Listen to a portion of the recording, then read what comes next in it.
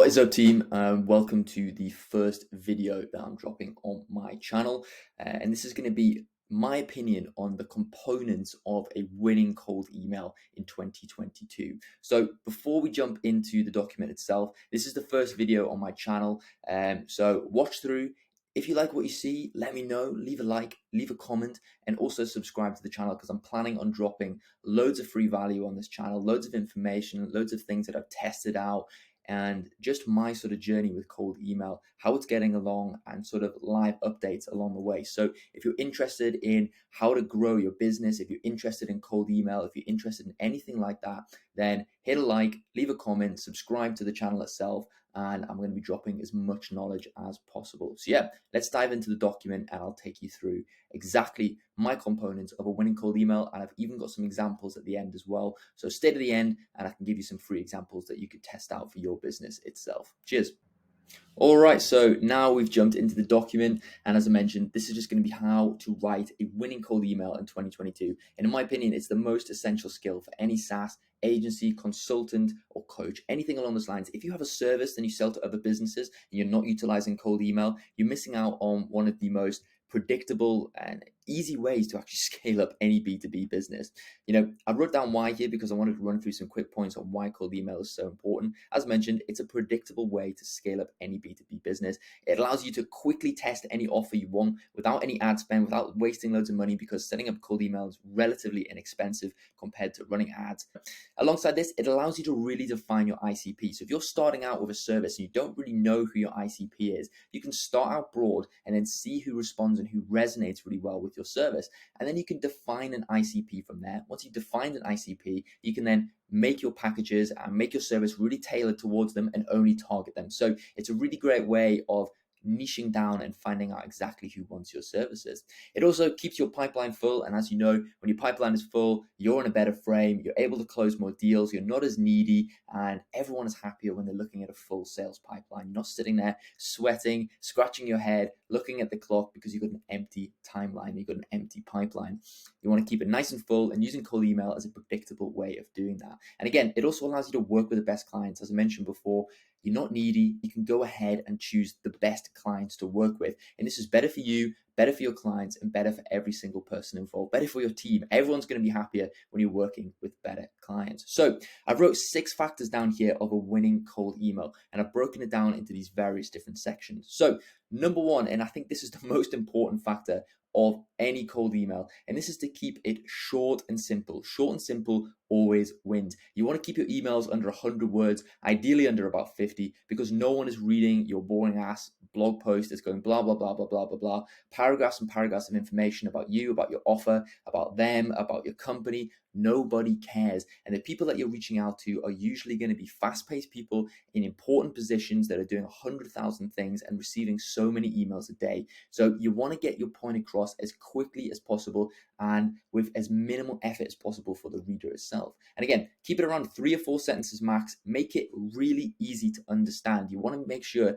that the reading level of your emails is pretty low. It's like a 12-year-old reading level, so that any single person can understand exactly what the point of your email is, and you can get it across in a really, really simple way. Make your emails easy to read for those fast-moving, busy people. Now, the second thing here is leaving the platitudes at home. And this is a sort of extension of point 1, keeping it short and simple. Realistically, you don't care about them and they don't care about you. So stop taking up everyone's valuable time with things like, I hope you're doing well, have a great day, blah, blah, blah, blah, blah, blah, blah, blah. Nobody cares. Get to the point of your email quickly. This will also make you seem like a higher status individual. If you've ever worked in a corporate environment and ever received a message or an email from your boss, you know that is the simplest message you'll ever receive. It will be like, documents need now, thanks, and it'll be spelled THX. It'll be the most simple message you've ever received. So emulate how they talk and emulate the speech patterns of a high status individual and send them an email that matches that frame, because then they're much more likely to respect you. Again, get to the point of your email. Now, thirdly, targeting. Who you're targeting, what are their pain points, their loves, their hates, their desires. And you want to actually change the copy of your cold email itself to match those people, because different people in different companies have different pain points, different desires, different needs and wants. So for example, the sales director versus the owner is going to have a completely different view on where the company should go, or the chief technological officer versus the sales director. Both of these people are going to have different pain points, different needs, different wants, and different desires. The chief technological officer isn't going to care about more leads in the pipeline versus the sales director isn't going to care about HR software that you can insert into their platform. Know who you're reaching out to and target the copy and target the cold email towards those people. Now, number 4 is a hard CTA versus a soft CTA. It's a little bit of debate, but in my opinion, and the opinion of a lot of experts in the sort of cold email world, is that soft calls to actions always win. And what I mean by this is, if you're reaching out into a highly jaded industry, for example, like ecom, then they're receiving hundreds of cold emails every single day, hundreds of messages every single day. So you don't want to be asking for time in their calendar straight away, because realistically, they're not going to give you it, they don't care, and they don't want your service. So if you can just get a response, to elicit a response from someone in a highly jaded industry, if you've got them to respond once, you can get them to respond again, and then you can sell them on the meeting further down the line. So things like, is this of interest to you? Would you like more information? Is this something that you're looking for in Q4? Just ask a really soft call to action. You're much more likely to get a reply, which is better for your domain health, and you're much more likely to, again, sort of get people to reply, so then you can book them on a meeting later.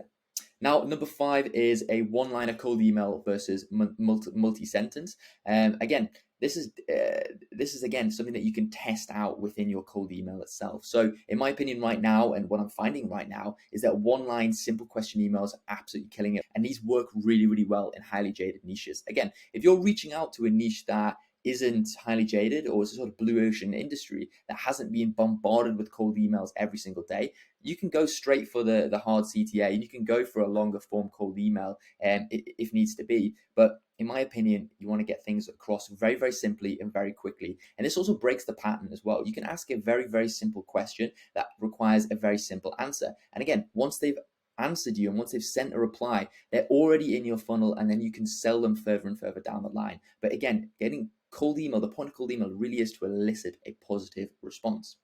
And then finally here, use video, but not how you think. Now, don't just send videos in your first email. When I used to run a Facebook ads agency, I used to record 20 looms every single day. They were 5 minutes a piece, so I was spending hours and hours recording looms. It took ages. I'd end the day with a sore voice. I had a headache. It was an absolute nightmare. But videos are a very, very powerful way of getting clients. But what you want to do is ask permission before you send. So this actually saves you the time of making the video, and the prospect has already agreed to watch it, because there's nothing worse than recording a video that no one watches. It's also great for your domain health as well. You don't want to be sending videos in your first email, especially if you're sending large scale volumes of video, because it's more likely to land in spam, and it's just a nightmare. So don't do this. Ask for permission first and then send the video afterwards, where you can create a Loom order, or you can use a software like PitchLane, which is going to really, really speed up the process, make it a lot faster, and basically record one video, and then you can just insert details into that, and have a sort of evergreen video that you use for outreach. And I found that works really, really well. So yeah, that's the 6 points there that I believe make up a winning cold email in 2022. Now, as I promised earlier, I do have a small example here. So I wanted to create a sort of case study world here. So for example, the service here is an SEO service. The ICP is Ecom Cat Brands. I just pulled these out of nowhere, and I thought, let's write some cold emails that I think would win in this industry. So I wrote 3 variations here with 3 sort of different angles. One of them, 2 of them are soft CTAs, and one of them's a hard CTA. Again, test these things out, because your service, your offer might be so good that you can just ask for time in a calendar straight away. Now, the first one here is, again, we're breaking the pattern a little bit here. And the reason that we're doing this is so that, when someone sees this, they'll see you as a high status individual. We're not saying hi, we're just putting their name in straight away. So first name, I noticed that you're ranking below competitor. So this is going to add a little bit of intrigue. It's going to sort of twig at their heartstrings a little bit. As a brand, you want to be the top number 1 search for your product, for your product. So I noticed you're ranking below competitor when searching for cat products. I put together a quick video with some ideas on how you can rank above them in just 3 months. Shall I send it your way? So what you're doing here is pointing out a problem with their brand and then offering them a very quick solution that seems personalized and seems like you're putting effort into them, so they're much more likely to respond. Shall I send it your way? Again, it's a soft call to action. They may say no, and if they say yes, then you can send it over and get them to book a call from there. So again, that's one example. Now, number two, this one's a little bit longer and a little bit more conventional, but what I'm using here is a pattern interrupt. So, hi, first name, my cat keeps asking me to buy him your product. So it's a weird sentence, a weird statement there, but again, it's going to capture people's attention and it's relevant to what you're talking about because these people sell cat products. So, if they know that you're interested in their products, your friends are interested in their products, and that, that your cat's asking for them, it's a little funny thing and it breaks the pattern and it gets them to continue reading. Now, what you want to say here, it also almost sounds natural as well. I couldn't help but notice company name doesn't rank on the first page of Google when I searched for product name. Recently, we helped a relevant company within that niche or industry. So you want to pull out a case study that you've got from that niche, from that industry that you've helped do that before. So for some social proof. And we helped them rank #1 for the Google search that they wanted to, which drove insert case study, which, brought a really fantastic result, added £20,000 every single month to their revenue, added £100,000, whatever the case here it is, in just time frame. So you want to add a time frame there as well, so that they know that this can be achievable within a realistic time frame. And then we're going for the hard CTA, but again, you can swap in a cold CTA, a soft CTA here. Would you be open to a quick 15-minute call to show you how we can do the exact same for you? So again, you're breaking the pattern here. You're adding some personalization, and you're also triggering on the sort of heartstrings of them as well, because they don't rank for that search. And then you're adding some social proof here as well, and then asking for some time on the calendar. But again, you can always do the video thing and slide that in there as well. Test it out, see what works.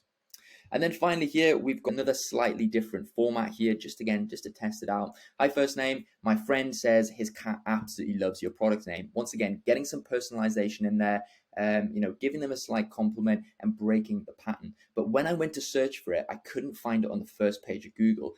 Boom, this is instantly going to trigger the sort of sales aspect of any e-commerce founder. Why is their product not ranking on the first page of Google? Because they all know how important it is to get on that first page to drive traffic to their website.